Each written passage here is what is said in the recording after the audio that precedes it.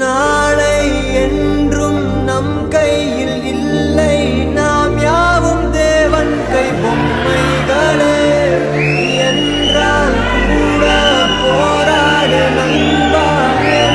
இந்த படத்துல எனக்கு வாய்ப்பு கொடுத்த தனுஷ் சாருக்கு ரொம்ப வணக்கம். இந்த படத்துல இருக்கிற எல்லாத்துக்கும் வணக்கம், என்னால் பணிவார்ந்த வணக்கம்.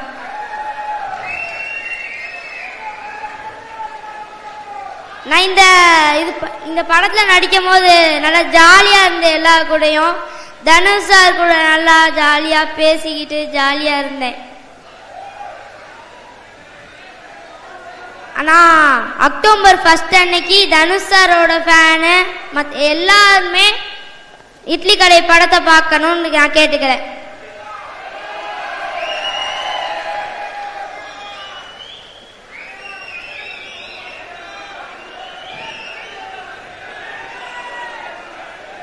இந்த ஊர்ல பார்க்கணும்னு நான் சொல்றேன். இந்த ஊரை பத்தி சொன்னியா? எங்க ஊர் மதுரையில தனுஷ் சார் வந்திருக்காருக்கு. நான் ரொம்ப பாசமா நல்லா நல்லா அன்பா நினைக்கிறேன்.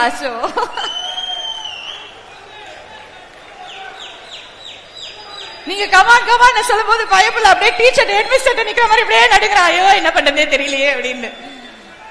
ஆனா பயங்கரமா இருக்குப்பா அந்த அவுட்ஃபிட், அந்த மாலை அப்படியே டீசர் அப்படி கொண்டு வந்து மினியேச்சர் பண்ணி நிக்க வச்ச மாதிரி இருக்கான். பயப்படல.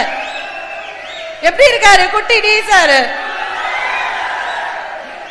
சரி, என்ன சொல்ல போற மதுரை மக்களுக்கு? ஒரு டயலாக் ஏதாவது சொல்லி காட்டுறியா?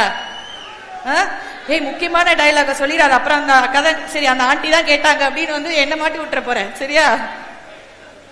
சொல்றியா? இல்ல தனுஷ் சார் டயலாக் ஏதாவது சொல்லு மாசா.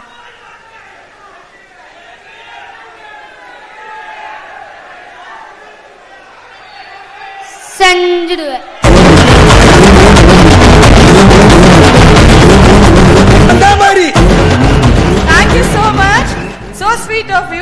எனக்கு புரியுது, இவ்வளவு பேர் இருக்காங்க, எனக்கும் பயமா தான் இருக்கு. பயத்தை வெளியில காமிக்காம அப்படியே இருக்கணும். ஓகே, இதுல வர உங்க அம்மா பாரு, அவ்வளோ ஆசையா உங்களுக்கு கண்ணுல தண்ணி வருது பின்னாடி.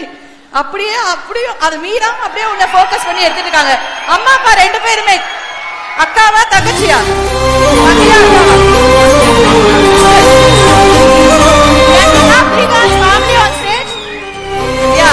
அம்மா அப்பா சிஸ்டர், அது தங்கச்சியா அக்காவா தெரியல, ஒரே சைஸ்ல இருக்காங்க.